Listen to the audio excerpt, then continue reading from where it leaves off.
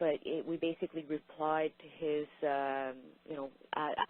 send us a letter in writing as to, your legal basis. So we wrote back, well, thank you for reviewing our documents. He's right.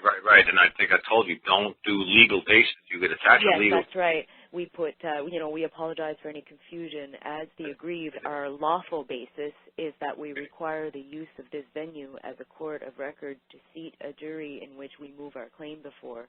So there you go. Determine and render a verdict as to who has the lawful right to tender or administrate our property.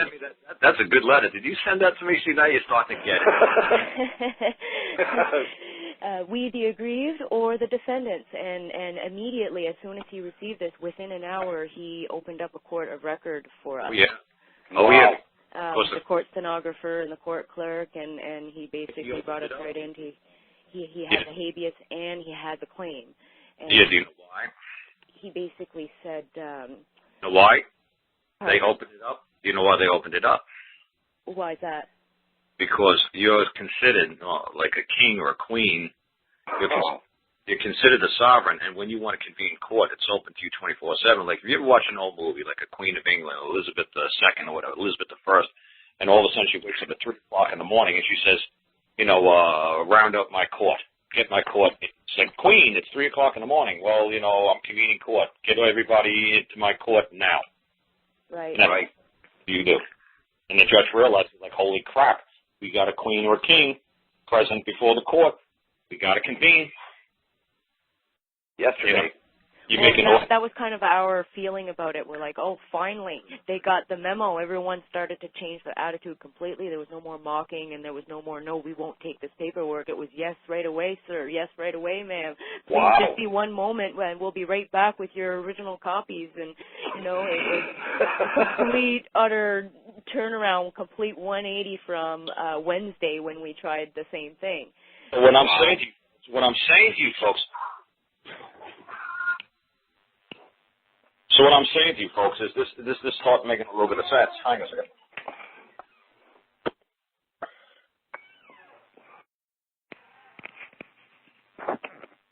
So what I'm saying to you folks, start to understand that when you're in a common law nation, these people in the black robes do understand their role. Yes. Yeah. See, this is what I'm trying to tell you folks. These judges aren't stupid. The court clerk isn't stupid. The clerks of the courts might be, a little bit in a shadow still. They might not know the whole picture.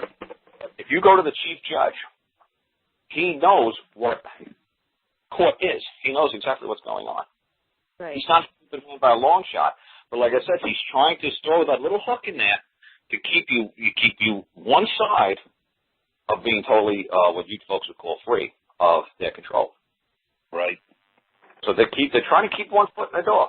They're trying to do it, and he's got to do it on their side. He's trying to help his society, his legal society, his government. He's trying to make sure that you're not going to both break away. It's like, Canada's like considered not like, well, maybe it is now, but like England or the UK has dozens of like satellite countries that aren't fully sovereign.